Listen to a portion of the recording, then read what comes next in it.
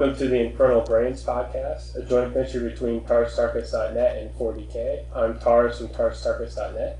And I'm Todd Statman from Die Danger Die Die Kill, aka 40K. Infernal Brains is the only podcast that takes 3 episodes to come up with a title.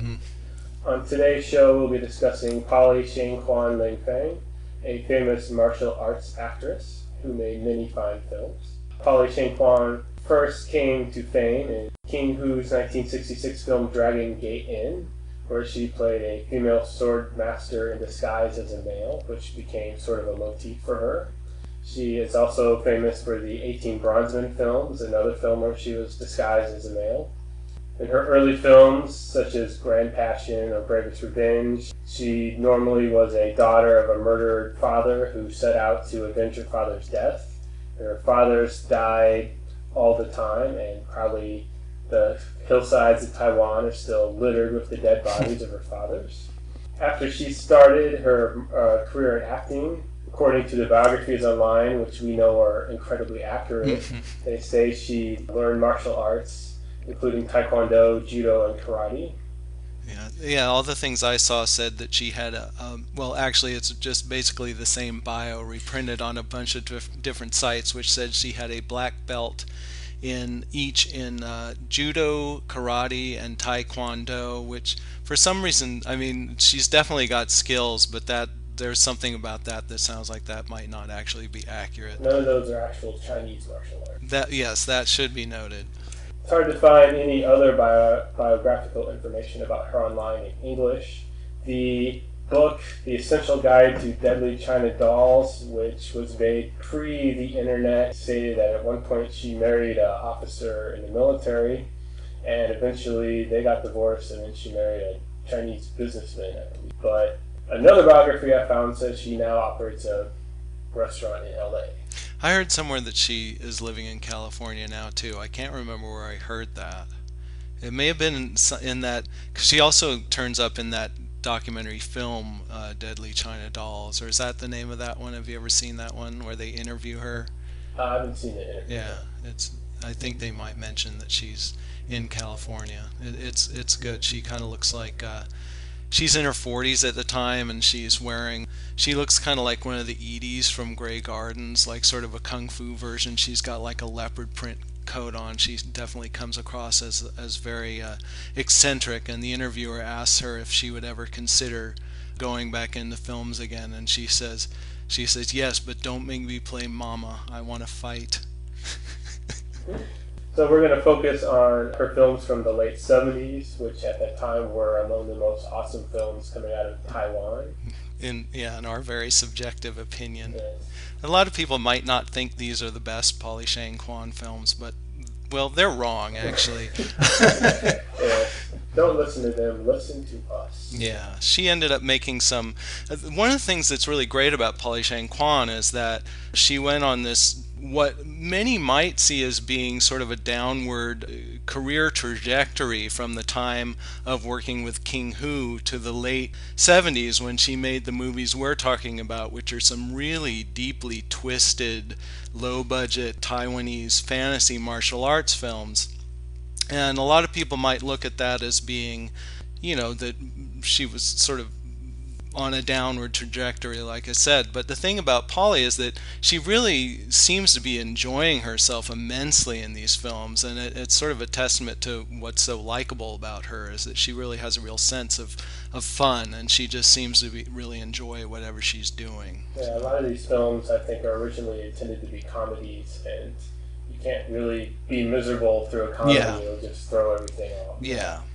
So what are we going to talk about first here, Tars? First up, we'll discuss 1977's Fight for Survival, a.k.a. Fight for Shaolin Tamil Mystique, a.k.a. Lady Wu-Tang, which is the renamed title from the Wu-Tang Clan's VHS release of the film. Yeah, and from that I could extrapolate the porn title easily, but I'll just leave it at that.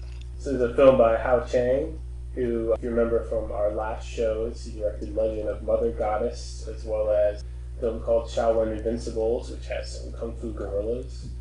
Doesn't that one also have some guys with really long tongues, like their kung fu involves Yeah, them having these that's really some long sort of fake tongues? Chinese demon thing or something. Oh, Because it's okay. in a couple of films. I Oh, don't know okay. exactly what it is. But not in any other films that also have kung fu fighting gorillas in them. Not that I know of. Not that you know of, yeah, of There's course. about half a dozen of each. But so, Fight for Survival starts out with a bunch of famous martial arts stars raiding the Shaolin Temple, but it turns out they're actually crooks disguised as these famous stars, and they steal a magic book with multiple kung fu lessons in it, and then they split it up between them, and then they go their separate ways. Then we join our hero Polly, who's a girl who wants to learn kung fu. She gets basically bamboozled by some of the lower Shaolin monks for a couple of years until an eccentric Sifu guy decides to take her under his wing and teach her kung fu. At this point, there's drama about the missing kung fu books, and so Polly must eventually track down these books and the people who own them. Well, I think the thing it isn't part of her training the fact that each of the books teaches a different style, and she has to learn each Oh style yeah, because I think there's 7 books and there's 7 robbers, and each of them they split up and each of them takes a volume, and each learns the style. So she has to learn all of the fighting styles so that she can combat all of these people, and one of the fighting styles being the one that allows her to stretch like Plastic Man. the guys who have the books, since they study the one style instead of all the styles, they become living examples of the one style. So you have the long leg guy, the guy with the long arms, you have Right. the guy who's walking backwards, or Oh, right, the walking backwards guy, and the long legs and the long arms are of course accomplished by the most high tech means possible, basically by stilts and by gloves on the end of sticks under extra long sleeves. yeah. So And there's also positive and negative kung fus, which makes you male or female. So the male thief who stole one of them basically spends most of the film in drag. And as Polly starts learning positive kung fu, she starts growing a mustache as well, and must learn the negative kung fu in order to become a girl again. yes, this is an important question with each of these films we're talking about. Is it's boy or girl? Is Polly a boy or no? It's not boy or girl. Is Polly a boy? Is she a girl masquerading as a boy, or is she just a girl? This is the one film where she is a girl, but everybody seems to think she's a boy anyway, and then she actually starts to physically transform into a boy as the movie goes on. She gets this kind of a Robert Goulet mustache at one point. So that adds some urgency to her quest, because the one volume that can undo this happens to be the one volume that her Sifu has not memorized. So she has to actually find the volume and to reverse her sex change that's going on. By the end of the film, the actual actors who played the martial arts stars who were impersonated by the thieves return to the temple to trash it up. And so Polly has to come back and then fight all of them as well.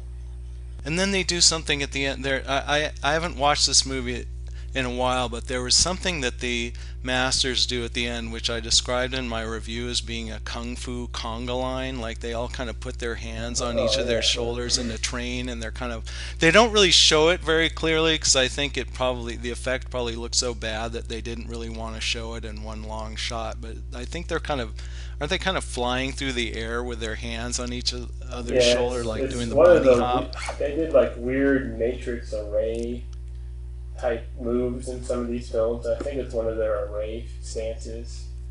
So they combine all their powers together. It was very weird. Yes. It was one of the many weird things in this very weird but very enjoyable movie. So Fight for Survival is probably the title it's easily found under, or most easily found under. So we recommend you check that one out. Definitely. And next up is Zodiac Fighters, which is also directed by Hao Chang. And Tars, do you want to take that one? Yes, you might also find it under the title Dragon Zombies Return, which makes no sense because there are no zombies in the film, and nobody returns, really. No, not really. So Polly in this one is immediately stated to be a girl, so we know that is out of the way. She's a professional mourner who goes to where there's, I guess, a place where people go to die, and she mourns along with the family members by the dying person for money. Eventually she gets mixed up.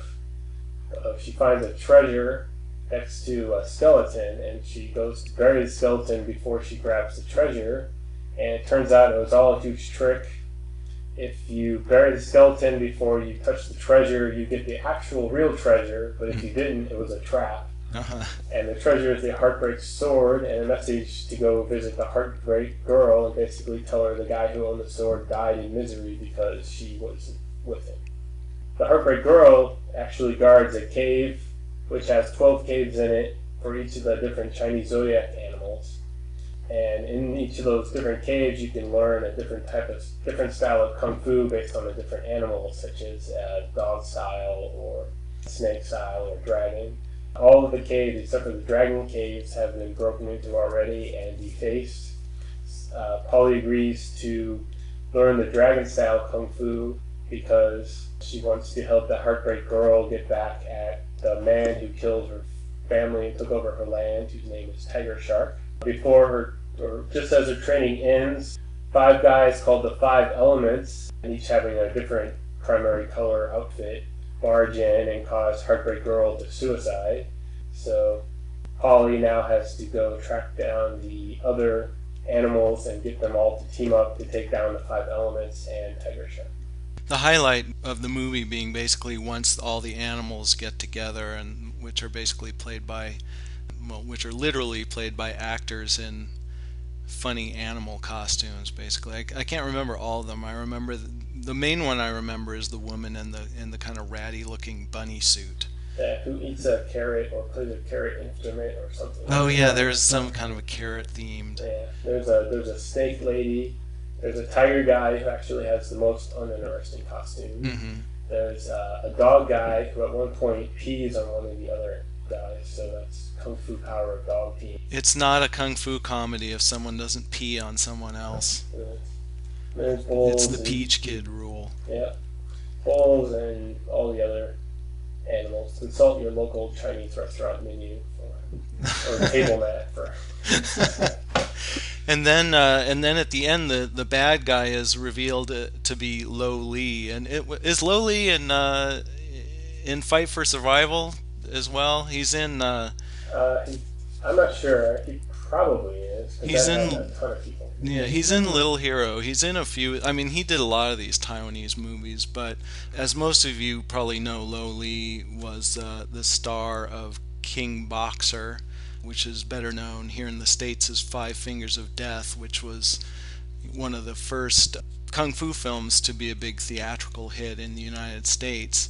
And you would think that would lead to him having a career as a hero in kung fu films, but as Keith from Teleport City likes to say, Lo Li then fell down the ugly tree and hit every branch on the way, and basically somehow ended up being a bad guy in just a lot of Shaw Brothers films, but he also did a lot of Taiwanese films, and almost always as the bad guy.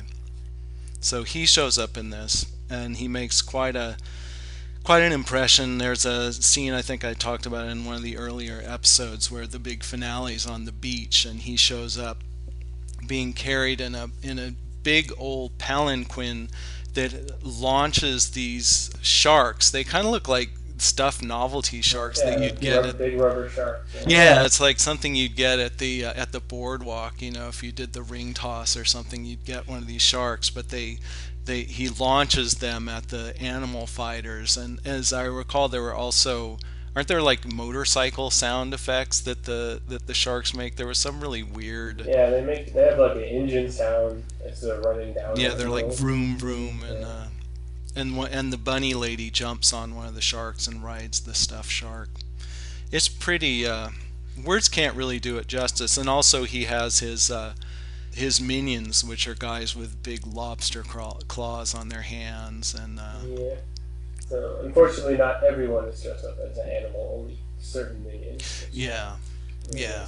They skimped on the budget at the end. Yeah, those were like, yeah, they had the star minions and then they had the background minions that didn't get to wear the claws. I actually watched this movie a long time ago, so I didn't remember all of the stuff that Tars was talking about the beginning. I mean, that last 15 minutes is indelibly burned into my brain, but as all of the things that build up to that, why what happened, I didn't remember. But it sounds from what you're saying, Tars, that there was actually a plot to this movie that made sense and somewhat and moved in a linear fashion. So yeah, it was typically complex, like a lot of these are, but not so complex where there's backgrounds for 500 people. But it was more than just something you could break down in 2 right. sentences. Right, it wasn't like like one of the Choi Yen Wuxia movies, but still enough complex rivalries and everything. And also in this movie, as I recall, the same with Fight for Survival is I think a lot of these movies aren't really. You might have gathered this already. They're not really for kung fu purists. Like there's not I've heard people complain that there's not enough fighting in these movies, and there is a lot of just kind of goofy business that goes on. And Polly Shang Kuan, being someone who proved herself as being a very physically capable performer and someone who had actual martial arts skills, it's not as much of a showcase for her abilities. It seems like there are some good fight sequences, but when she's fighting with stuffed sharks and lobster men and stuff, it's not it's not as much of a ideal showcase for her abilities. It seems like more of a chance for her to have fun and us to have fun with her. But you kind of have to put your martial arts purist sensibilities. Yeah, we'll get letters from the dog-style martial arts purists who will complain about how the dog peeing scene was done inaccurately. Yeah. With the wrong stance. The next up is Little Hero from 1978, and this is sort of, if you looked at these 3 films as a trilogy, this would definitely be the culminating one. This is where all of the weirdness kind of reaches a volcanic peak. This one was directed by Chan Hung Man. I don't know much about him as far as credits. He seems to have worked more as an editor. The basic plot of the film is kind of a classic kung fu movie plot. Basically, you have like the super weapon that gets stolen by an evil clan, and then the daughter of a kung fu master is kidnapped. I think this clan kidnaps the daughter, so in order to get their hands on this powerful weapon called the Phoenix Sword, which is owned by the kung fu master, and the master's disciples band together to free the daughter, Polly being one of those people. Probably one of the most colorful things about this movie is the evil gang, which is called the Devil's Gang, which is quite a rogues gallery of weird kung fu villains. The leader is named Gold Mask, who is again played by Lo Li, and he has a sideman called Silver Mask. They each wear, as you might guess, Gold Mask wears a gold mask, Silver Mask a silver mask. But as a bonus, each of them uses this giant fake condor wings that they wear, and they can actually kind of hang glide around. So there's lots of something from the cartoon Silverhawks. Yeah, it kind of does look like that. And then they have a whole host of bizarre minions. There's a midget kung fu guy called Vampire. There's a whip-wielding dominatrix lady. There's the guy with elephant ears. Help me out if I'm missing anybody, Tarza. There's a guy who burrows underground, kind of like the dwarf sorcerer. A bear guy. And then there's a bunch of guys who are called the Tiger Guards, who wear fuzzy tiger-striped headpieces. Yeah. So it's different from the normal where we wear tiger-striped underwear looking like cavemen. Right, exactly, yeah.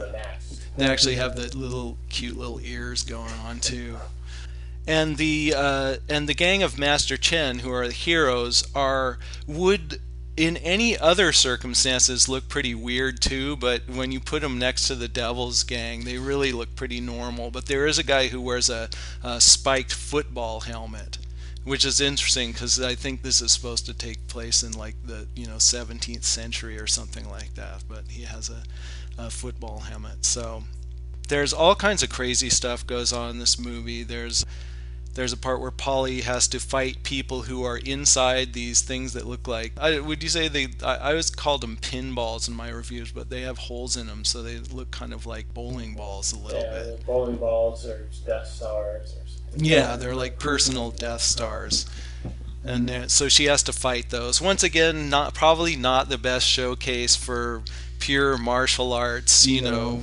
You just dragging train stands and fight people involved. Right, exactly.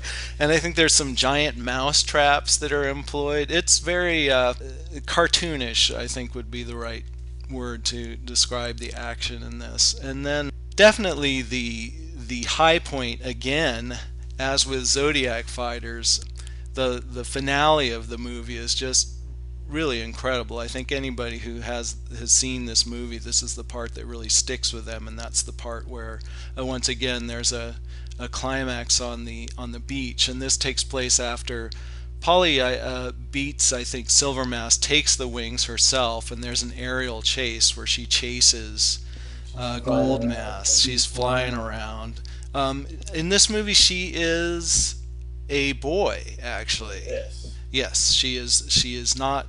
She is not a girl masquerading as a boy. She is a boy, even though the other thing that's great about these movies is Polly Shang Kuan does not look like a boy, and they always put her in like little short skirts and stuff. She's wearing kind of a little short toga in this.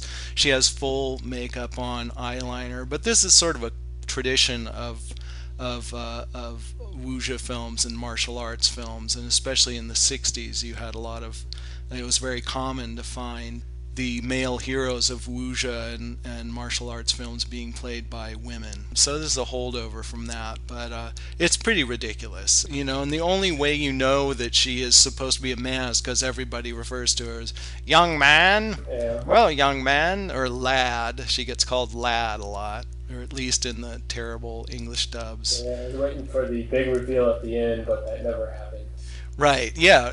In a lot of these films, I think some of the Pearl Ling Chung movies, there's the same thing, but then in the end, she reveals herself that all along she was a girl masquerading as a boy, and it's like, you know, who would have known? So anyway, Polly the boy flies away after Gold Mask, and then the chase leads to the beach. Then at the beach, all of a sudden, and I don't think there's any reason for this happening, I don't think it's conjured, you know, I don't think any kind of spell is cast, but all of a sudden there are these giant rubber octopuses that to me look very much like the lead character in the video game Q*bert. And they're amazing. I mean, and she fights these big giant octopuses, and that's pretty, you know, that's a real nail biter. You don't know how that's going to work out, but it looks like maybe she's going to get the upper hand. And then the octopuses start, I guess, birthing baby octopuses at her.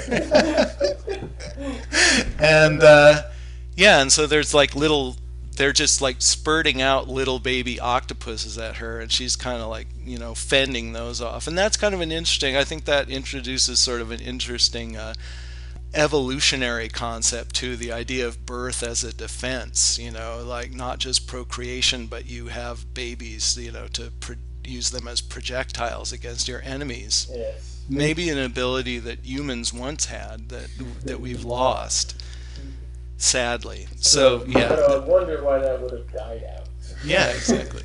So then eventually she of course defeats the octopi, but there's not much to be said about that sequence. You can only describe it as best you can, but it really needs to be seen to be believed. I mean, you always hear about, this kung fu movie was so weird, and there are a lot of weird ones, but I think this is, I mean, wouldn't you say this is one of the weirder things? Top 10 list for sure.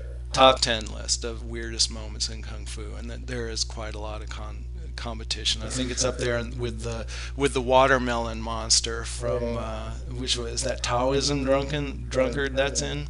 It's one of the drunkard movies. It has 2 or 3 titles. Yeah, but we'll get complaints about that too for not knowing which movie that was.